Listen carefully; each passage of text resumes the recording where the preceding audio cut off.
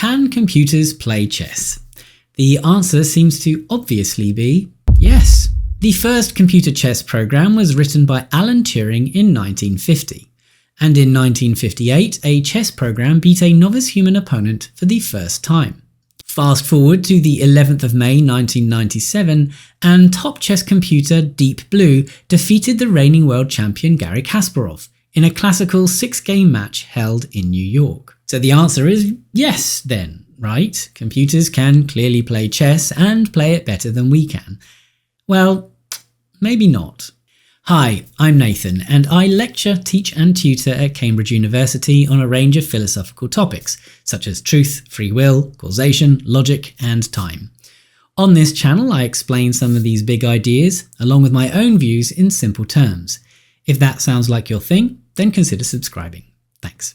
In 1959, soon after the first chess defeat of a human by a computer, eminent philosopher Michael Dummett wrote a landmark paper entitled Truth. In it, he argued that games like chess require an understanding of value, which is something above and beyond the rules.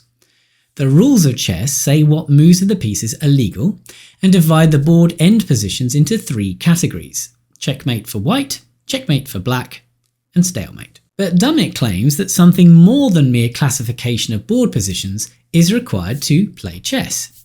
It must also be understood that checkmate of my opponent's king is what it is to win a game of chess. It must be understood that there is a value difference between the categories of end positions, such that checkmating my opponent's king is the point of moving the pieces and of me playing the game. Further, this value difference goes beyond chess and relates to the entire human practice of competitive games. Without a greater understanding of what it is to win something, it cannot be understood, he says, what it is to play chess. The implication of his argument is that since computers are merely programmed to move from board position to board position in legal ways, they lack the capacities to understand what the point of playing chess is.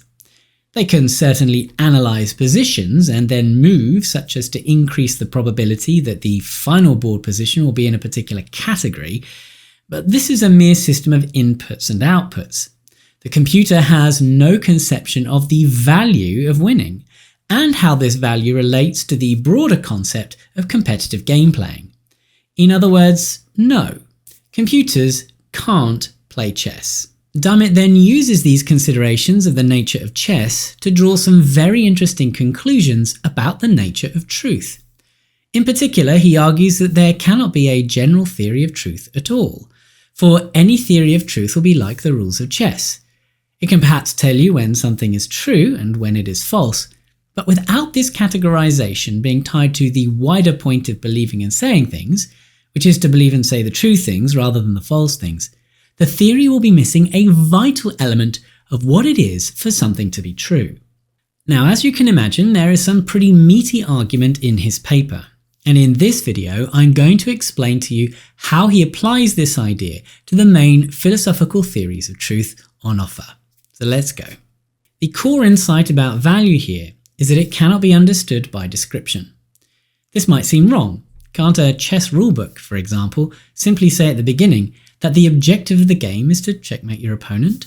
Well, it can say this, but you could only understand what this means if you already know what an objective is. The objective of a game is whatever constitutes winning the game. So if you didn't already know what it was to win a game, you wouldn't know what it was for checkmate to be the objective of the game. A description is only able to tell you what, in this case, counts as winning. It can't tell you what it is to win things in general. An understanding of value is something we acquire when we become acquainted with norms of behaviour. And norms of behaviour are tied to certain ways of life. Values and value claims, then, are ultimately prescriptive and not descriptive. They're like commands and not like statements. To say that to checkmate your opponent is the objective of the game is more fundamentally to command checkmate your opponent. Similarly with truth. Truth is the value or norm of certain intellectual behaviour, primarily the intellectual behaviour of judging things, believing things, and saying things. Of course, there are other norms of speech too, like politeness and sincerity. But Dummett is focusing on the norm of truth here, as will I. Since truth is the norm of intellectual activity, it is the point of saying and thinking things. It is what we aim at in our judgments and assertions. When we reason, we must do so under the implicit command, think truly, or else we're not really engaging in reasoning. So then, there is a fundamental value difference between a true claim and a false claim, and it is this value difference that theories of truth cannot account for. Here's an example. Let's take a popular theory of truth called the correspondence theory. This theory says that claims are true when they correspond to reality, usually when they correspond to a fact. The idea is that our thoughts or claims describe the world as being a certain way, and if the world is indeed the way we're describing it as being, then that thought or claim is true. If it is not the way that thought or claim describes it as being, then that thought or claim is false. But to return to our chess analogy, all a theory like this can do is divide thoughts and claims into two categories: those that correspond to a fact and those that do not. This is like dividing up possible chess positions into those that correspond to checkmate for you and those that do not. But by itself, this doesn't explain that the aim or point of believing and saying things is to believe and say the true things. The fundamental value difference between truth and falsity is left out of the correspondence theory account. And it is no good saying that the value difference is actually included because true thoughts and claims correspond to facts, but the false ones don't. For why should that make any difference? As a purely descriptive claim about a relation to something else that may or may not hold, corresponding to a fact is irrelevant to the value of claims, just as it is irrelevant to the value of my children which hospital they happen to be born in. It is a mere fact. Unless there is some independent value provided to the holding of that external relation above and beyond its mere holding, then a relation by itself provides no value. And if it is something above and beyond the holding of a relation to reality, then something above and beyond the correspondence relation must be added to the theory to properly explain truth. But the idea that truth is the mere holding of a correspondence relation is precisely what the correspondence theory claims, and so, Dummett would say, it's false. Besides this, the correspondence theory runs into several known problems. One is trying to explain what sort of correspondence relation there could be between a mental or linguistic entity like a thought or proposition and something that is meant to be in the world like a fact. Another problem is trying to provide an actionable way to decide what is true and false. And a third problem is trying to provide an independent notion of what a fact is without basing it entirely in language, which would be circular. Now, explaining these problems further is beyond the scope of this video. But if that sounds interesting to you, I'm running webinars on truth in which I'll go into these sorts of things in far more detail. See the description for that if it sounds of interest. Now, because of the failures of the correspondence theory to provide a substantive and reductive account of truth, many philosophers have turned to something called the deflationary theory of truth instead. As the name suggests, the idea is to deflate the grand notion we have of truth as something substantive, and to instead say it is a thin, pretty boring, and largely dispensable concept. The deflationary theory says that when we say that something is true, we say no more than we would have said if we had just said the thing to be true. Now, I realize this is quite a mouthful, so let's have a look at an example. Imagine that I say it is true that I drive a red car. The deflationary theorist says that this is exactly the same thing as just saying that I drive a red car. Adding "it is true that" therefore makes no difference to the meaning of the claim, and I could have said what I wanted to without using the word true or by deploying the concept of truth. They further say that the only reason we even have the word true in our language at all is because we sometimes use it to make claims indirectly. And in those cases, the word true plays a useful role. For example, I might say that what Dummett says in this paper is true. And I can assert what he says here without having to spell out what it actually was that Dummett said. If I didn't have the word true in my language, I couldn't grammatically say what I wanted to say, because simply saying what Dummett said in this paper is not even a proper sentence of English, and so I can't assert it. The deflationists therefore say that the word true here plays a useful role, a bit like the way you could reply to a long rant by simply saying, "That's true," which would save you having to repeat what this person just said in order to signal your agreement. The upshot of the deflationary theory is that the word true simply plays a grammatical and indirect function in language. It doesn't refer to substantial properties of thoughts or claims at all.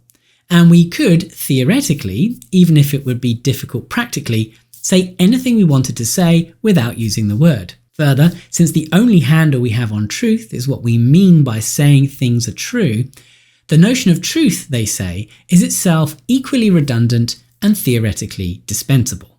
But Dummett is having none of this view either, at least not if the deflationary theory is taken to be a reductive account of truth.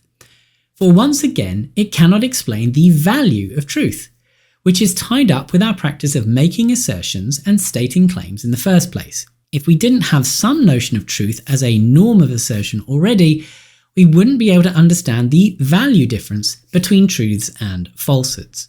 Sure, Dummett can agree that saying it is true that I drive a red car is the same as simply saying I drive a red car.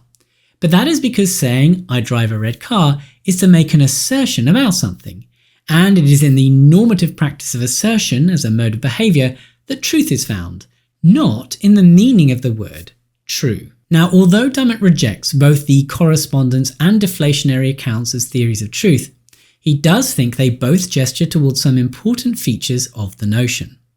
First, truth seems to have something to do with a relationship between the world and language. This is made clear in our conviction that things are not just true for no reason, but that something outside of our thought and language must make it true, which, he says, is the insight of the correspondence account.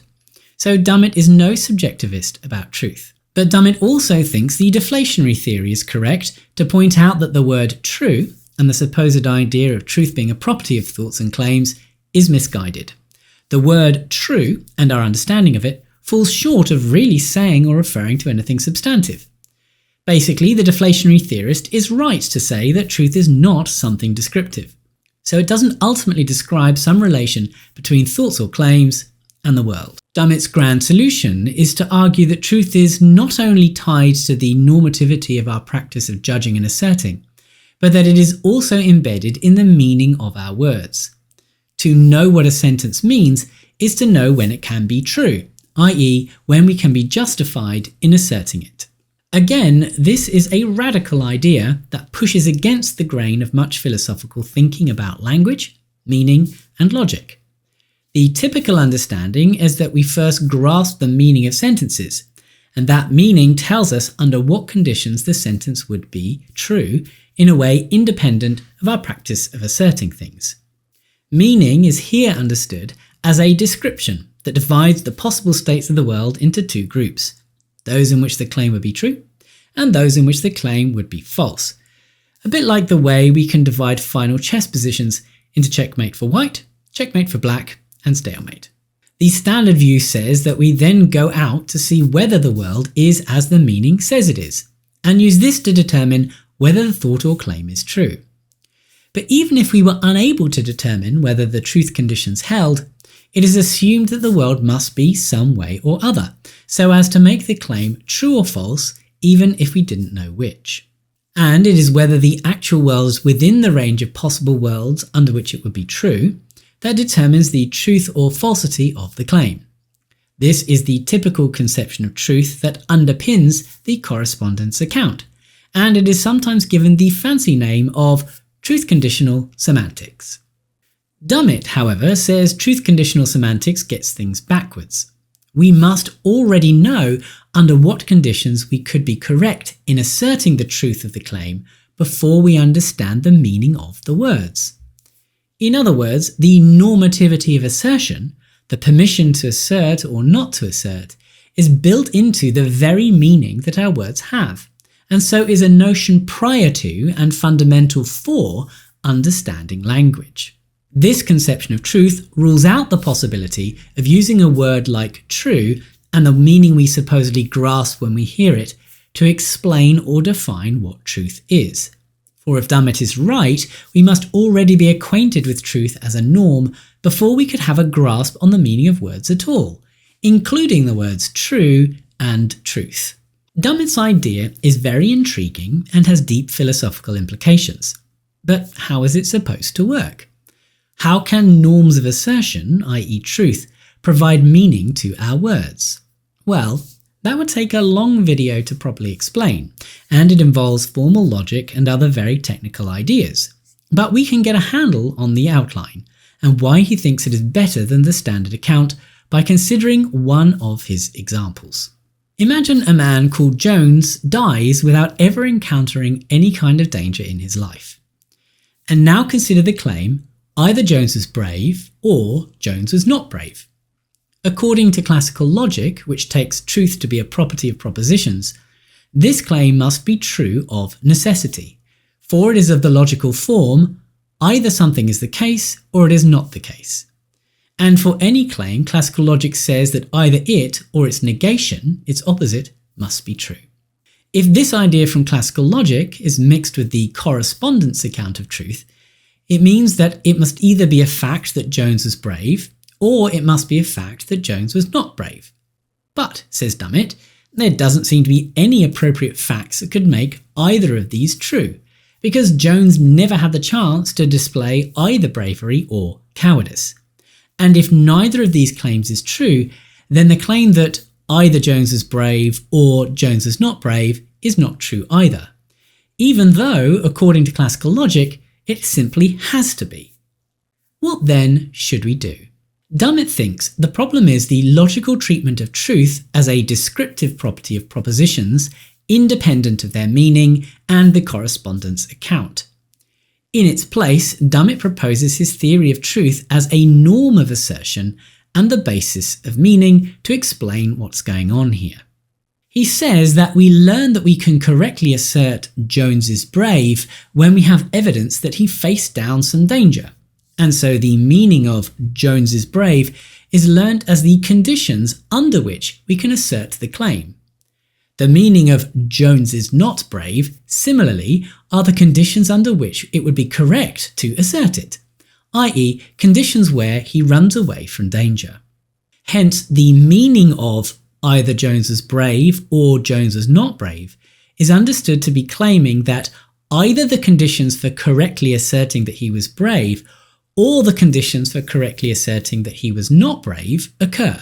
But if he has never faced danger, no such conditions for either claim exist, so the either-or claim cannot appropriately be asserted.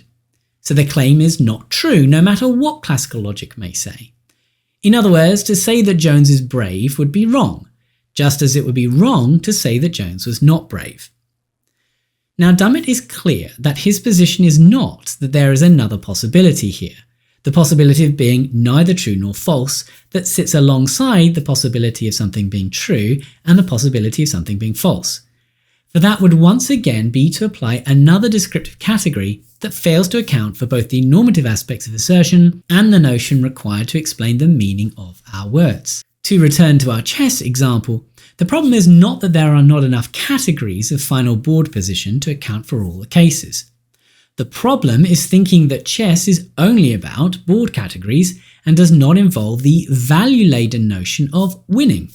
And it is this notion that provides the basis for the entire practice of playing games, or in this case, the practice of making assertions. Dummett's claim, then, is that the root notion that explains both the meaning of words and the normativity of our assertion practices is fundamentally value-laden and normative. Truth is, at its core, something tied to correct and incorrect assertions, and only derivatively to do with something we describe things as being in the world. So it turns out that if Dummett is right, not only can computers not play chess, they can't understand language either, which, incidentally, is also a claim made by Nobel Prize-winning physicist Sir Roger Penrose, who powerfully argues that Gödel's incompleteness theorem demonstrates mathematically that AI cannot have understanding. An explanation of this powerful idea will come in another video, so subscribe to know when that's coming out. Now, if questions about truth interest you, I conduct regular introductory webinars on the nature of truth, where you can listen to me give a presentation on it and then join a discussion with myself and others. See the link in the description for more details and for booking if that's of interest. And if you want to keep updated on the various philosophy things I'm putting together for online, consider joining my mailing list, also linked in the description. Oh, and before you go, I've done a separate video arguing that the normative dimension of truth and reasoning forms part of a convincing argument for free will. You can see the video linked here for that one, and in the meantime, keep thinking, maybe subscribe, and I'll see you around. Bye-bye.